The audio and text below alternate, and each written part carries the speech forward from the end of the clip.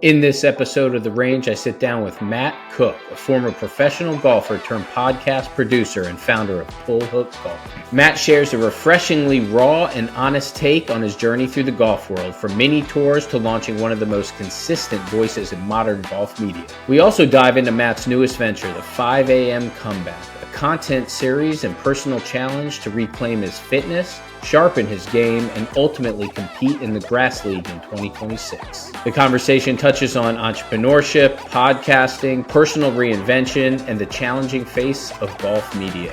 Whether you're a player, creator, or someone just trying to get a little better every day, there's something in this for you. Let's jump in. Welcome to The Range, the podcast where we explore the intersection of passion and business in the world of golf. I'm your host, Ari Ratner, and each episode will dive into the stories of the innovators, entrepreneurs, and trailblazers who are transforming the game we love into thriving businesses. Whether you're a golf enthusiast, an inspiring entrepreneur, or just curious about the business behind the sport, you're in the right place. So grab your clubs and join us on The Range as we tee off into the world of golf entrepreneurship. Welcome back to another episode of The Range. I am joined today by Matt Cook, founder of Pull Hook Golf. Matt, welcome to the pod. Hey, I appreciate it, Ari. Thanks for having me on. My pleasure. Before we jump into your story, let's give the audience a sense of what Pull Hook is, why a little bit on why you started it. Yeah, absolutely. So Pull Hook Golf, I started it just over 3 years ago now. And one of the main reasons why I started is kind of twofold. So first off, I run a podcast agency for a company out of Beverly Hills, California. And with that, I was creating a podcast network. And I'm like, man, if I'm going to be training hosts, teaching them what to do, like what happens when a guest doesn't show up or has technical difficulties, like all these different things. I'm like, I've never run a podcast myself. Like I've always done the production work and everything along with the team. And sure enough, I'm like, okay, what kind of podcast could I create? And I'm like, you know what? There's a void within golf right now. And I felt like LIV and PGA Tour were just starting to like unfold.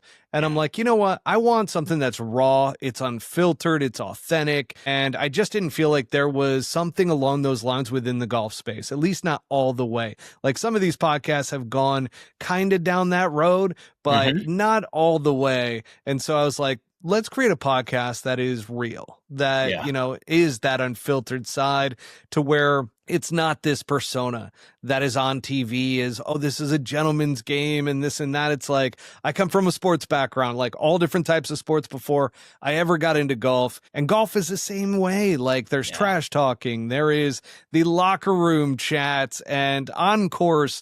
I mean, some of the stuff that gets said on the golf course, we can't even say on the podcast that's unfiltered. We'd end up getting canceled. So it's like, let's make sure that we are real and put this stuff out there. And then, you know, I had a lot of ties to PGA Tour caddies, players, and so forth, to where it was like, hey, we've got the inside scoop on a lot of this as well. And that was just a really cool process to go down. And ever since, I mean, over that 3.5 years, we've never missed a week. We've released a podcast episode every single week, and it's been a lot of fun. Yeah, it's awesome. And kudos for you guys to be able to produce, edit, and distribute once a week.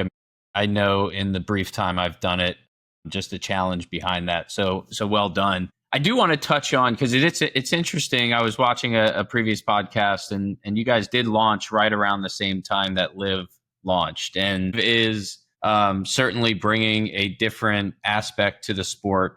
And I love how you guys are as well from the media side of things. Was that a coincidence in LIV launching the same time as the podcast, or is it just happy timing that the sport in itself is evolving and you happen to catch it at the right time? Yeah, we just caught it at the right time. Like we were starting the podcast, and I mean, even in the preparation leading up to the first episode, we didn't know that LIV Golf was a thing. And then all of a sudden it happened, and we're like, oh, this is perfect, like perfect timing. And it's funny because I've gone through phases with LIV Golf. Like I followed it and watched every single round of every single tournament for the first 2 seasons. And then I went full heel on it. Just like Hulk Hogan went Hollywood Hogan.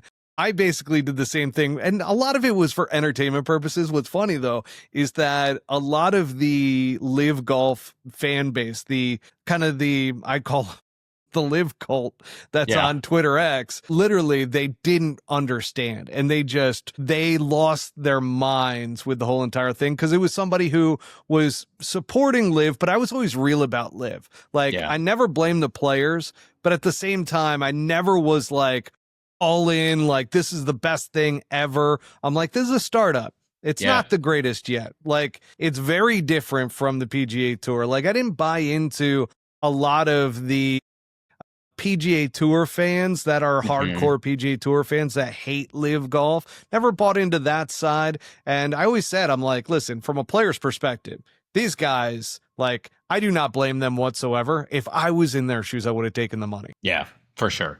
And it's interesting because I think, as the game evolves and, ambassadors of the sport always want to grow the game and bring new players in, new fans. This is just another avenue. And I think that there's some comparison to not only your podcast, but just this new age, I think, of modern golf media in attracting new golfers or golf fans. So, I mean, it's certainly an interesting comparison or analogy in when LIV started versus when you started Pull Hook.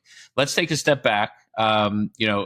I know your backstory, but let's give the audience a sense of your connection to the game, where it kind of maybe peaked, but then now what you're doing to bring it back to that level. Yeah, absolutely. So, I mean, I played professional golf on the mini tour circuits after college. So I played for Grand Canyon University.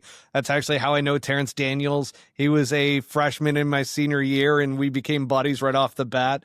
And so long story short, ended up playing on the Butch Harmon Vegas tour. And with that, ended up getting to train. Butch Harmon actually found me, invited me to the facility. So I was training alongside of at a young Adam Scott, Natalie Golbis. That was at the time when players didn't go to see other coaches. So Phil Mickelson would come into town, and everybody's like, hey, everybody's got to be hush hush about this. Rick Smith is going to get really pissed off if he finds out he came to see Butch. And then sure enough, Phil ended up making that move over to Butch at some point for a little while. And so that's kind of my golf background, so to speak. And, I had 2 stints playing professional golf. One was right out of college, and then the other was 3 years later.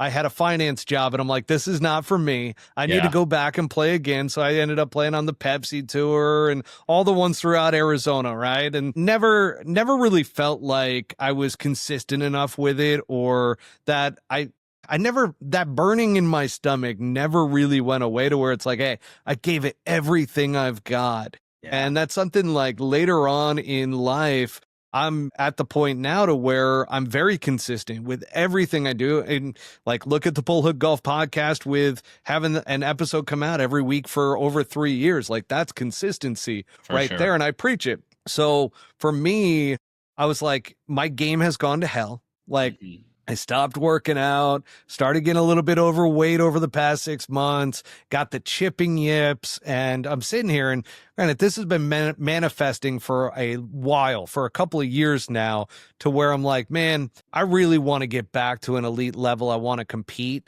And then sure enough, and the grass league all of a sudden started up out here in Arizona. And I know you talked with Pete Wilson in regards to it, one of the founders. Yeah. And I'm just like, I was out there and I watched one of our co-hosts, Butsy, actually play in the Grass League Open qualifier this year. And that lit a fire under my ass because I did not like being on the outside of the ropes. I was like, man, I need to be playing in this. And so everything kind of became aligned at that point for what ultimately is becoming the 5 a.m. comeback. Because and why 5 a.m.? I saw my wife, who we love to sleep in.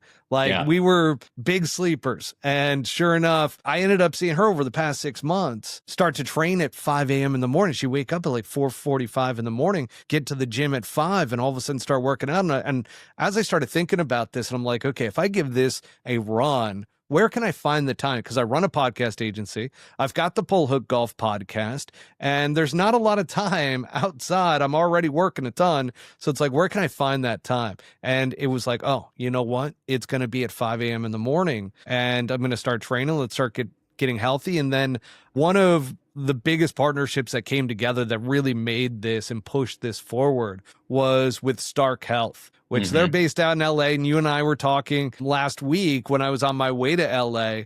And it's just a holistic approach to where you've got a naturopathic doctor, you've got a neuromuscular chiropractor, which I never even knew what that was. I thought a chiropractor is just adjust you. That is not the case with a neuromuscular chiropractor. Personal trainers, nutritionists. I mean, they have all the technology. With doing a DEXA scan, didn't even know what that was. It literally shows you as like an avatar with your bone density, your muscle, and then your fat. And I'm like, wow, that is a wake up call because there's way too much fat on my body right now. But it's all about being consistent. I'm like, you know what? If I just show up every single day, let's see what happens. And as I started thinking about it, I'm like, man, there's got to be a lot of executives and CEOs and so forth that even if they're just trying to, they've gotten out of shape, they sit in a chair all day and getting back to the point to where they're in shape, they're healthy, and their golf swing, they want to get it back because they want to be a club champion at their club.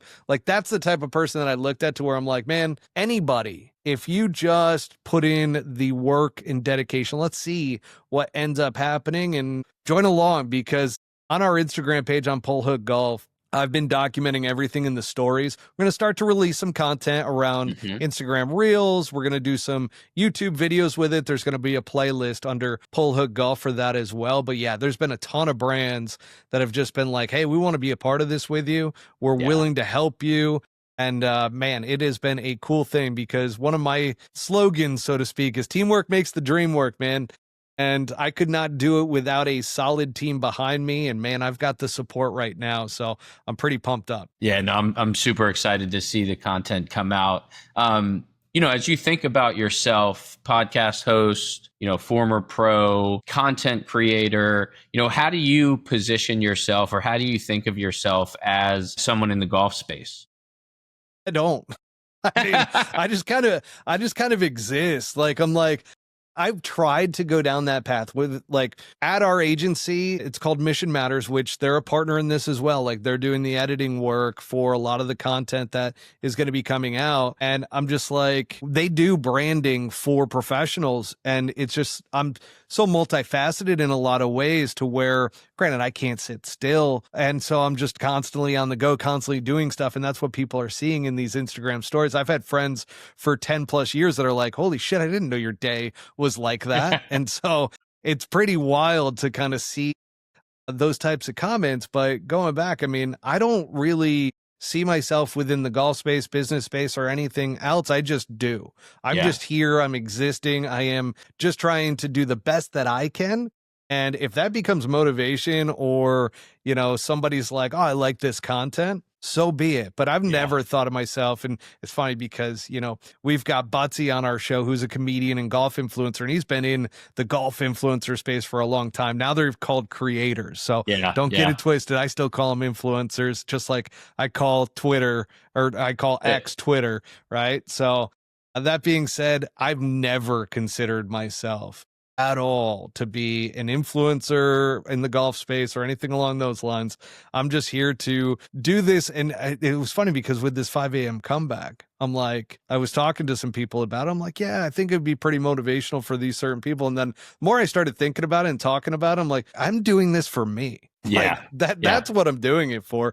If other people like it or want to be a part of it or like get motivated because of it, awesome. Yeah. Well, and I think, there's probably a parallel to the podcast as well, right? Like, you created it because you saw a void in the marketplace for what you would want to hear and listen to. And I think, would love your perspective on this, but the best content, the best ideas typically come from within. If you put yourself as the consumer or listener, then the outcome is at its best. I completely agree with that. Like, we build out avatars for shows to where it's like, okay, this is your target audience, because a lot of business podcasts, like, they have a target they want to get to. What I love about what I do with the podcast is that I can base it off of what I like what I want it to sound like, what I want to talk about. And that is what we've created the show around ultimately. Like, I've never built an avatar for my show outside of myself. I'm like, Yeah. I would love this show. Like, I would listen to this show. And in the first year, I couldn't listen back to a single episode. Yeah. Like, as I was even editing it, I would like cringe. I'm like, Yeah. oh, this is wrong. I don't like the sound of my voice. Like, there's too many pauses that go on, too many ums and ands and ahs. I'm like, oh gosh, this is terrible. And so once I got to the point to where I'm like, you know what, let me just make sure that this is like what I like, what I want to listen to. And it's become like, after year one, you start to humble yourself a little bit to where you're like, okay, it doesn't matter. Like, just do the content and listen in and see if you like it. And so I love listening back to our episodes now. I love it when we have guests on. Like last night, we had David Geese II, who's Bud Colley's caddy, and he made his third appearance on the show. And he was awesome talking about, like, he had a hot take to where he's like, Oakmont sucks. He's like, I don't care about, like, architects are going to come after me and so forth. He's like, but that golf course sucks. He's like, I don't like it. At all. And so it was interesting to hear, but like, I'm sitting there like, oh, tell me more. Tell me more. So it's a show that, yes, I would say any show that you're building out you should build it around who you or what you would enjoy. And then if people end up liking that, that's even better. So let's take a step back and talk about your transition from finance to agency. And how did that happen? And when did, I guess, the podcast industry become so central to you? Yeah, it's kind of a wild journey that I've been on. So it was finance right out of college after playing a stint on professional golf on the mini tours. I went broke doing that the first time. I remember having 7 cents in my bank account, and then ended up finally making my first cut that week because I had like $1 to pay for a double cheeseburger at McDonald's. Yes, folks, back when I played, it was $1 for a double cheeseburger at McDonald's just to get by. So it started there, then got into finance. And after 3 years of finance, I was like, this is not for me. Went back, played professional golf a second time. And then from there ended up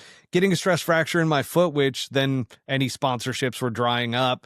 And I'm like, shoot, I need a job. So I'm like, what could be a competitive like job to make some money? Got into sales. From sales, ended up getting into golf technology. So a lot of people, if you follow on Twitter, you probably know that I was the VP of sales and marketing for a while for Full Swing Golf, the golf technology company for TGL and everything. Then when an acquisition took place there, I ended up leaving, going up to LA and starting a social media marketing business. So that's kind of where the first stages into podcasting came. And during that time, one of my best friends who happens to be the CEO of Mission Matters and one of the founders, I talked him into doing a podcast. I was like, hey, here's a microphone you should get. You should get the Blue Yeti mic, which still sell them so many years later and they're still solid. But he ends up doing it. And now he's got over like 7,000 podcast interviews that he's done, which is insane. He did 15 at an event the other day. And I'm just like, dude, you are an animal when it comes to podcast interviews. That's nuts. So anyways, from there, I ended up having a little bit of a journey around. Golf Pros NYC was my indoor golf facility in New York City. So ended up going back to New York, where I'm from, had a facility there, and then COVID struck. So how long was the facility open before COVID hit? So we were open for like a year and a half. Okay. And man, we were crushing it. We got to the point to where we had like 20 members who like had 5-figure plans with us. And we're just like, oh, we're killing it. Like, obviously rent's super expensive in New York City. So COVID happens. We're like, oh, shoot, what are we going to do? And right before that, my wife, I brought her out to Arizona. And she fell in love with it. And she's like, about a couple weeks later, and she was not my wife at the time. She's like, hey, if you want to be with me, I got a job interview out in Arizona and you need to move. I'm like, I'm in a 10-year lease. I can't get out of this business and I'm not going to leave it with my business partner. Like, what are you talking about? So she was very forceful, very persistent. Sure enough, we ended up moving out to Arizona and then COVID happened and we ended up getting out of the lease. Goes to tell you, treat people well, even in business, because our landlord, awesome guy. Like, we always invited him to, if we had an event or a party or anything within our facility, he was always invited. And sure enough, he let us out of the lease during COVID, which was unheard of in New York City. Most people got screwed over by their landlords because they weren't allowed to operate. Like, I went back to my old barber, they weren't allowed to operate, and they were being charged monthly fees for rent or for their lease. Yeah. So it was crazy. But anyways, got out to Arizona, and I'm like, I'm very healthy with finances and so forth. Like, let me just go into the golf industry for a little bit. So worked at some big clubs out here for a year and a half. And then sure enough, it all came back full circle to where the podcast, my buddy, he's like, hey, we have this full agency and we're trying to build out a podcast agency. Yeah. And I'm like, perfect. Let's do this. And so started up there, and the rest is history. We've got, I've created now over 200 podcast shows. That's awesome. As an aside, is your wife from New York as well? Yeah. She's actually got the thick accent. I do not. That's awesome. I was wondering if, her persistence to get you out in Arizona sounds like a New Yorker. Yeah, she's a Long Island girl, Italian and Greek, so I have no chance for making any decisions. Now, does she golf? I've gotten her into it. And actually, funny little story is that, so I've gotten her into it recently. Like, she started when we first moved out here. Like, she took some like group golf lessons. They were called Golf Babes and all this stuff. And so she was just casually kind of getting into hitting a golf ball. Well, now she's starting to get into it to where we'll actually go out. And I think it's been her 5th time on the golf course. So now she starts to know like who the golfers are and so forth. So we're watching the US Open, and she doesn't realize it's a rain delay.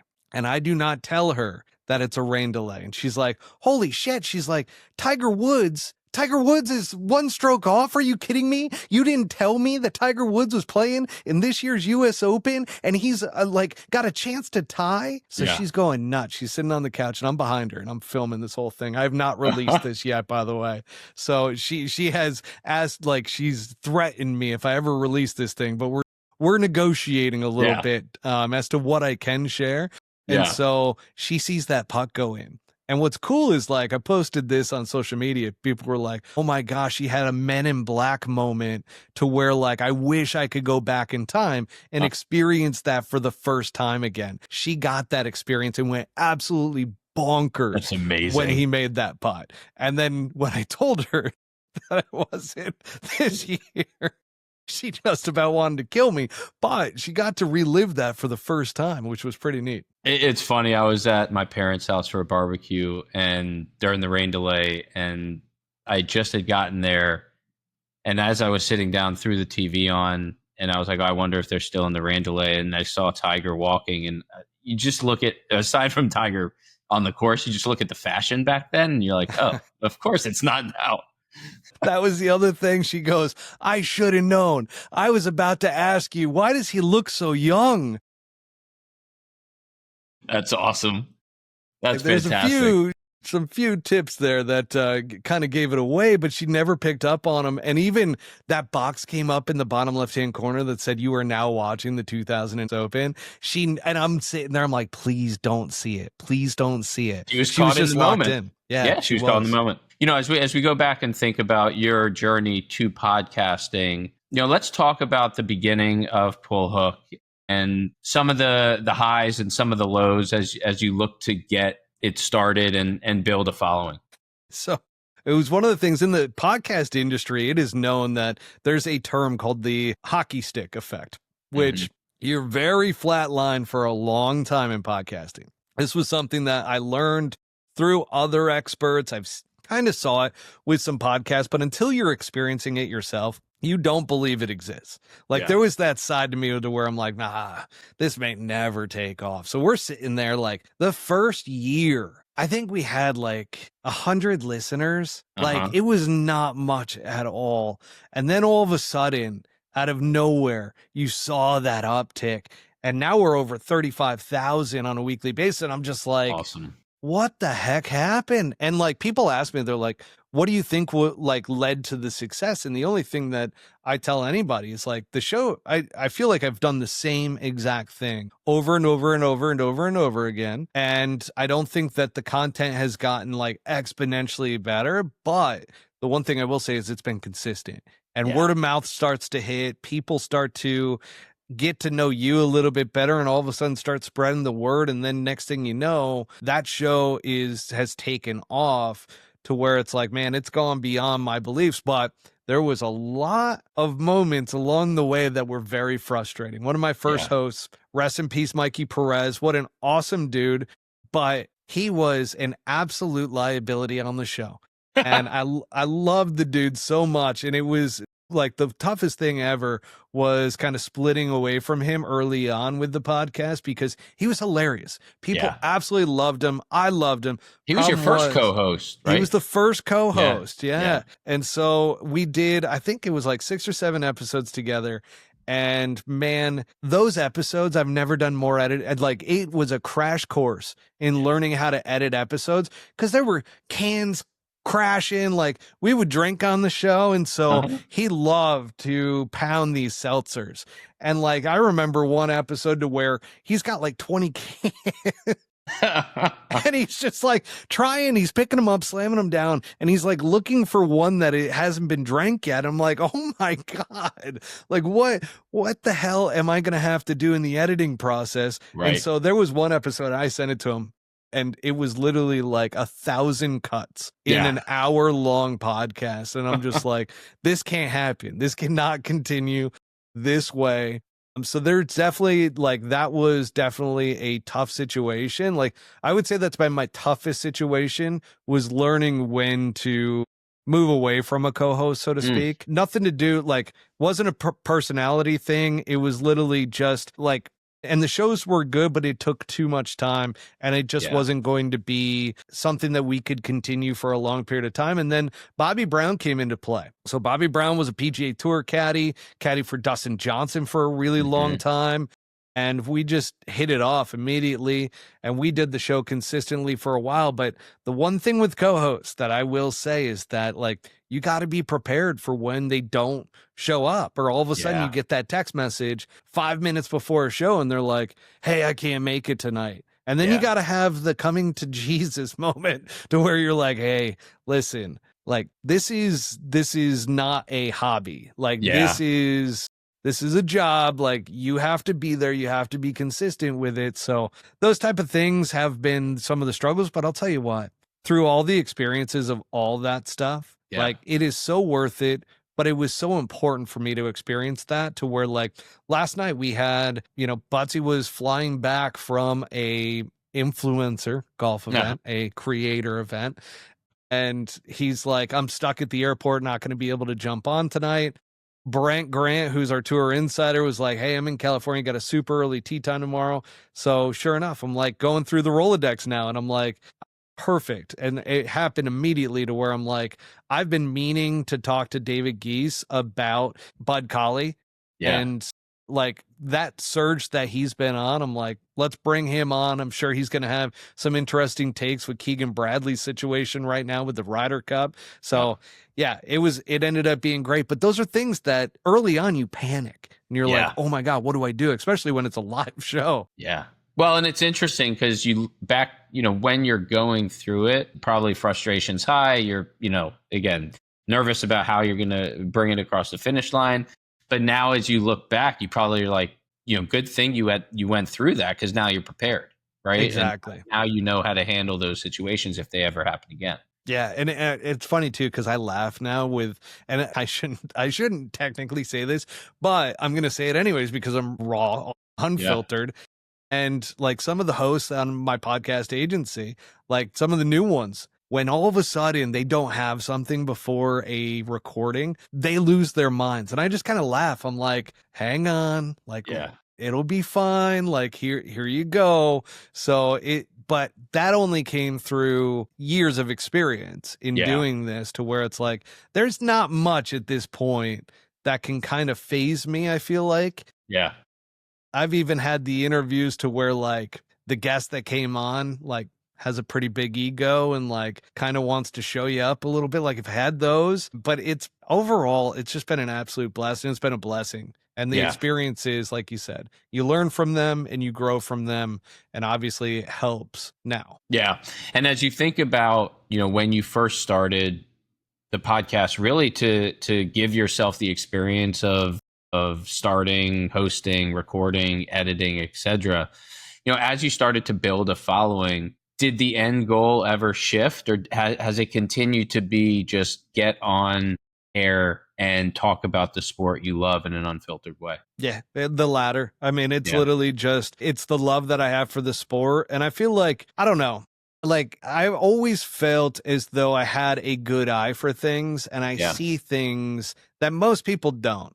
Like mentality or body language, or even with the golf swing, when all of a sudden things start getting off or somebody's in form. Like those are things that I call out in the podcast, to where it's like, and I've got some unique perspectives, especially from like lately it's been big about like sports psychology and the mental side of the game. I've worked with sports psychologists and mental coaches and so forth, where I'm like, man, if you're a player out there nowadays and you're not doing this, and like we've brought up Scotty Scheffler quite a bit because we're like, man, I don't know if he's doing that. And it's like, he's probably just praying to the good Lord in a lot of these situations. But honestly, like that's part of the mental side of the sport. But these are different angles and viewpoints that I feel like I bring in that are different than most kind of pundits that are out there that are actively watching and talking about the sport. And now that you're working on the 5 a.m. comeback, and it's such a smart idea,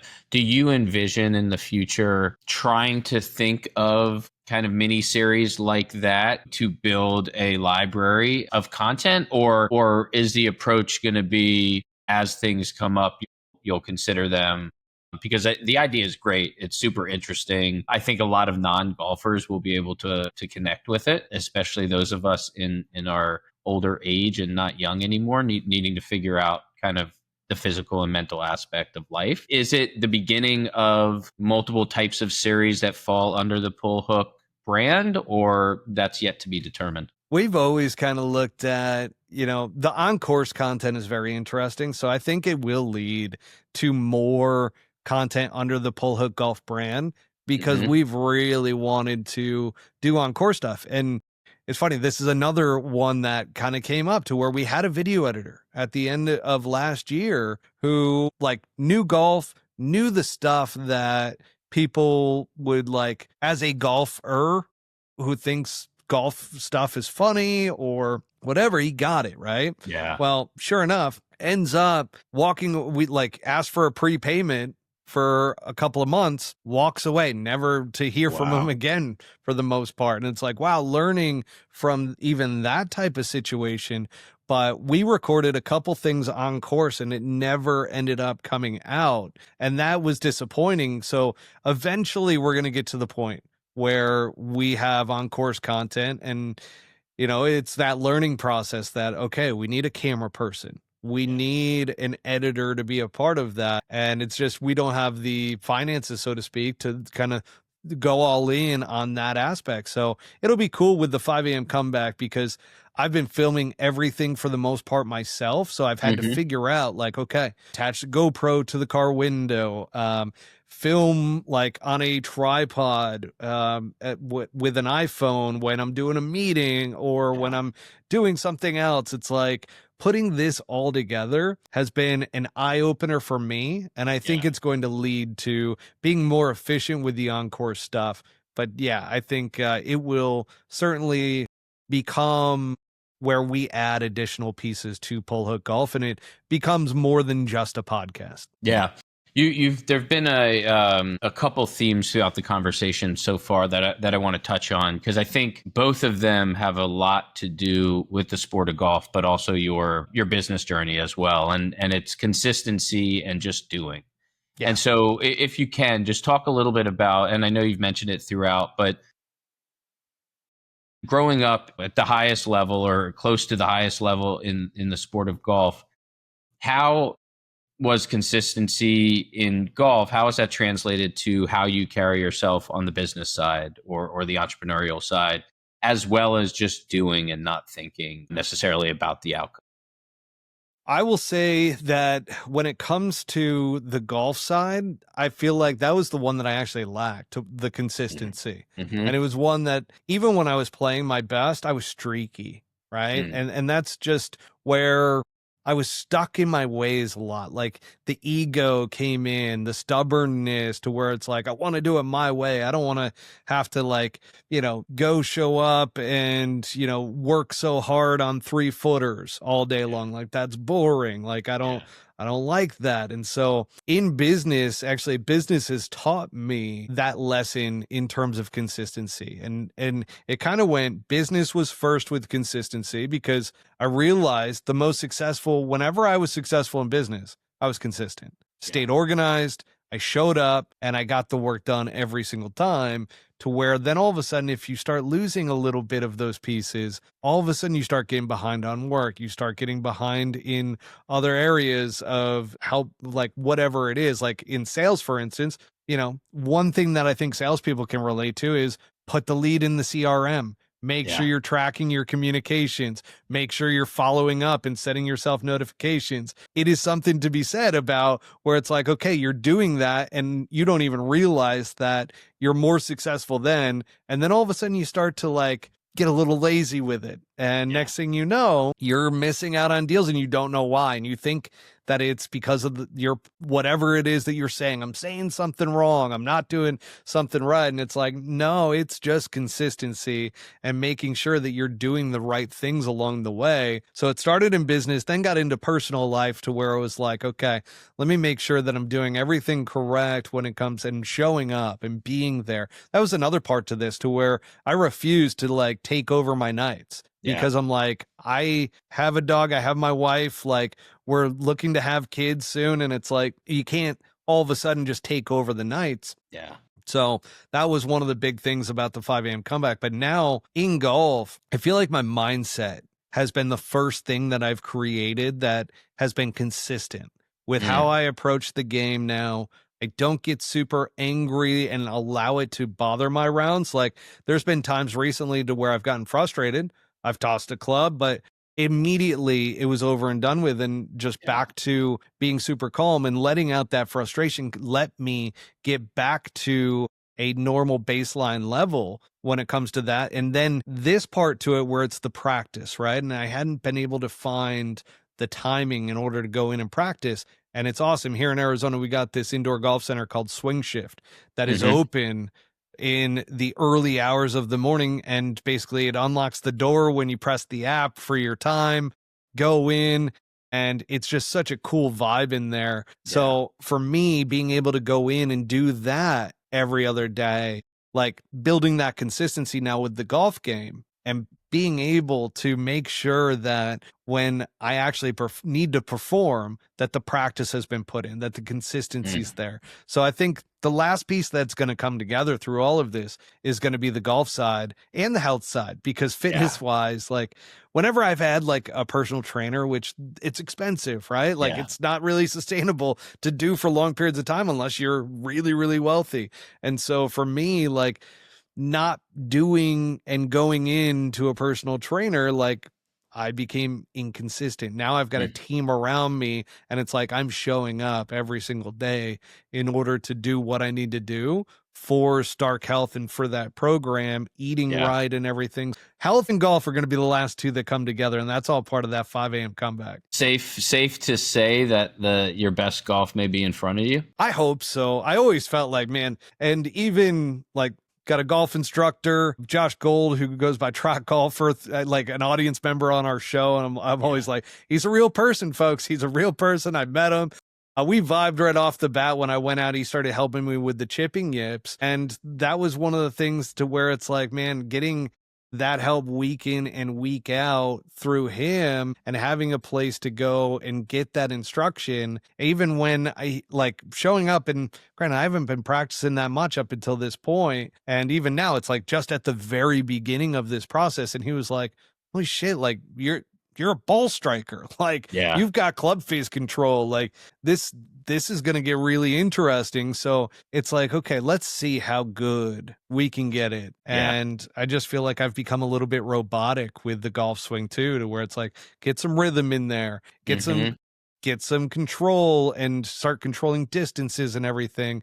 And then hopefully the short game comes around too, because tell you those yips still creep in every once in a while at this point. And I'm like, but it's getting better. Like we're close to putting that in the past. I feel like when Tiger went through his whole chipping yips issue, and then of course I don't have Augusta National catering to me to where they cut the grain, like going with you rather than against you, so that Tiger could chip well that year. Yeah.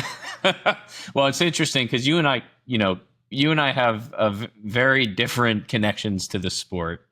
But one of the things that we talked about in a previous call was that it doesn't matter, right? We're both connected to the sport, and there's beauty and joy in that. But I'd love your perspective on the evolution of the game, from you being at the height of the sport to me being a newbie and not very good, but I think we both share an appreciation for it. Talk about just the evolution and how the sport has grown from when you first picked up the sticks to where it is today. There's two things that used to, and some people might argue with me on this, but there's two things that were really uncool back in the day. One was golf and the other was country music. And now we live in a time to where both are pretty cool at this point. And I was I didn't love country music back in the day, but man, when I fell in love with golf at 13 years old, it was over from there. All the other sports took a backseat to it. And it's been really cool because golf, to me, I have a moniker for golf that it is a game of life forever. Yeah. Because you are always playing this game. You can play it throughout your entire life. And no matter how good you are, life can always be fun. And you can always be striving for growth, learning from things.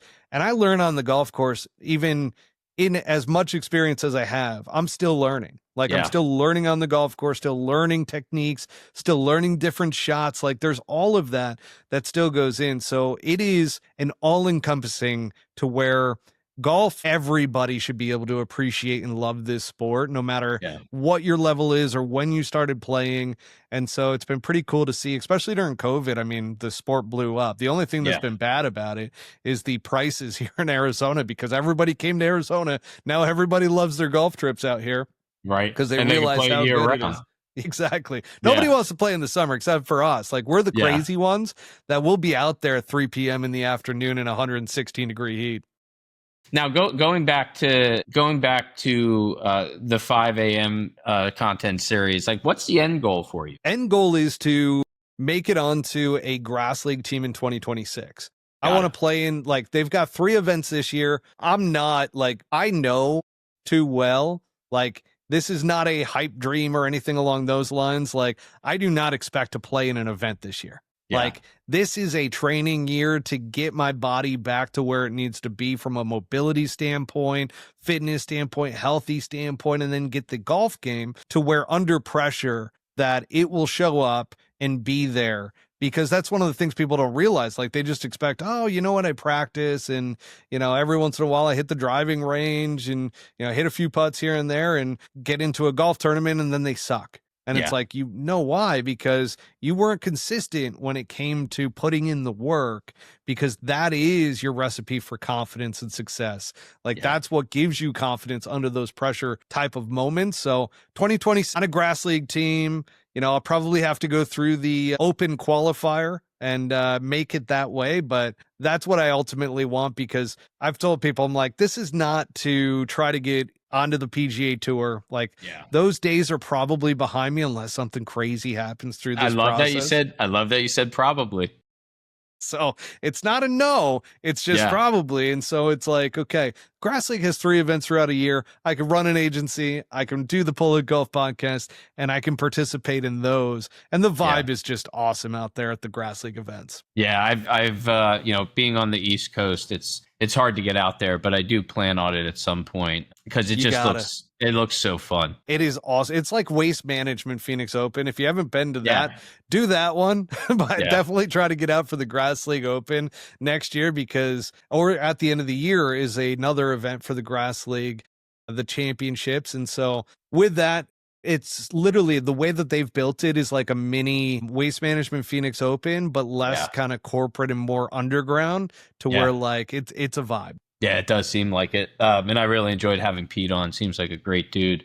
As we wrap up the conversation, before we jump into kind of a rapid fire handful of questions for you, would love for you to give advice to golf entrepreneurs, right? I think, part of the goal of this podcast, and really it's interesting because going back to what we talked about earlier, I created this because I would want to listen to this, right? I want to hear from other entrepreneurs in the golf space that are doing things that they love and are passionate about, whether it's building a brand, selling a product, or starting a media company or media empire through a podcast. What advice do you have for others in the golf space that are starting out in their journey? Do it. Like, show up, do it. Entrepreneurship, it's a disease. Like, it literally, like, I tell everybody, I'm like, if you are faint of heart, do not become an entrepreneur because it literally will suck the life out of you at points and times. And so that being said, just show up, be consistent with it. Like, you'll hear me, one of my biggest things, and I'll probably end up writing a book at the end of this whole 5 a.m. comeback that talks about consistency as the main theme and the ethos behind it, because that is one thing that I've just experienced, that be consistent with it, show up daily and do it. Like showing up is 90% of the battle, and it's just removing the inconsistencies. And I feel like you'll have success through that, because that's really, in my experience, whenever I've achieved success, it's because I've been consistent. That's awesome. And I think it's so true, and something I'm learning not only in my podcast journey, my entrepreneurial journey, but just in life, right? Consistency matters, and typically will help you win at what you're trying to do. So end of the podcast, just some handful of questions, rapid fire, whatever comes to mind first, to give the audience a peek behind Matt Cook's curtain. Love it. Weird way to put it, but all right. Favorite golf course you've ever played? Oh, that is Wade Hampton. Okay, where is that?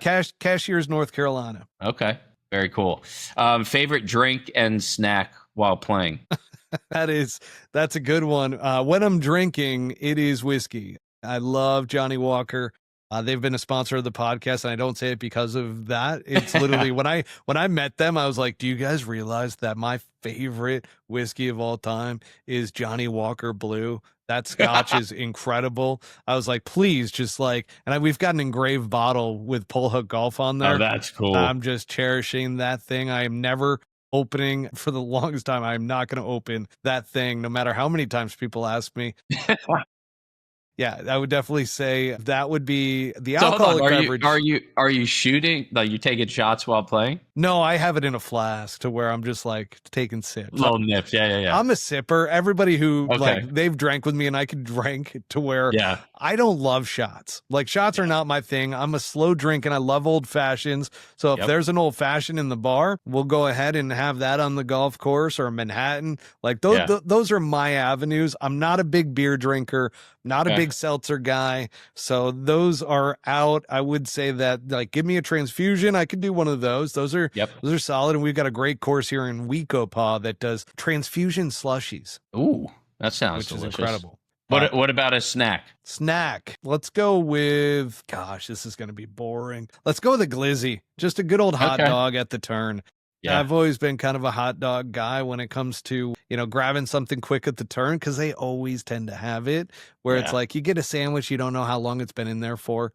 You also, like, you want them to cook something. No, you don't have time. So on those little rollers, the hot dogs are a good play. Throw some, I was going to say ketchup, mustard. Yeah. Ketchup, mustard, relish. I mean, some onions.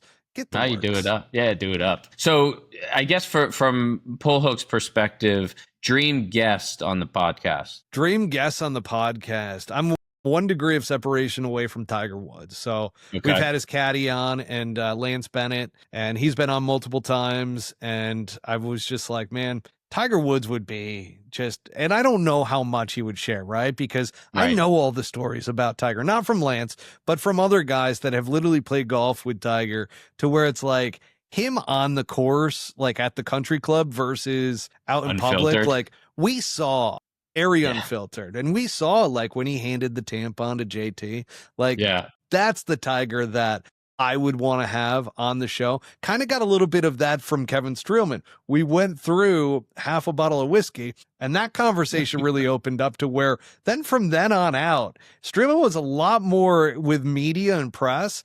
You heard a lot more authenticity out of him. I think you kind of enjoyed, okay, I don't need to be so buttoned up and polished all the time. Well, I think you see that a little bit with Tiger in certain content, I guess, where it's nice to see that he's not just a robot. And agreed. I think it'd be great on Unfiltered. That'd be a fun podcast. Well, Matt, appreciate you jumping on. Before we hang up, would love to give you a chance to tell the audience where to find you, how to watch you, and just what you're, where to follow you. Yeah, absolutely. So on all our social media platforms, except for TikTok, where some kid grabbed our name, and I'm like, dude, will you just give me this domain? You have no followers, nobody. And he literally like created it right when we created the other ones. And I forgot about TikTok. So he just did it to think that he was going to get a bunch of money. I'm not paying that. So anyways, Pull Hook Golf on all social media platforms, including on YouTube, outside of TikTok, which it's Pull Hook Golf Podcast on TikTok. You can go to pullhookgolf.com. That's our website. We've got all of the podcast platforms. We're everywhere. So anywhere you listen to podcasts, you can listen to Pull Hook Golf. And on the YouTube channel, that's where we'll be creating some playlists under the Pull Hook Golf channel for the 5 a.m. comeback and so forth. But enjoy the journey, because I sure the hell am. And that's something to where, like, watching the stories, and I watched it back, like, it's only been going on for a couple of days now, and I'm already just like, holy crap, like, I really do, like, there's a lot throughout my day that I have to do and be a part of and what I'm doing. So it's pretty cool to see that back, and I'm kind of building a legacy around this whole 5 a.m. comeback. So yeah, you can check it out on YouTube under the Pull Hook Golf channel. Awesome, dude. I can't wait to watch. Congrats on everything to date, and look forward to following along the journey. Appreciate the time, Matt.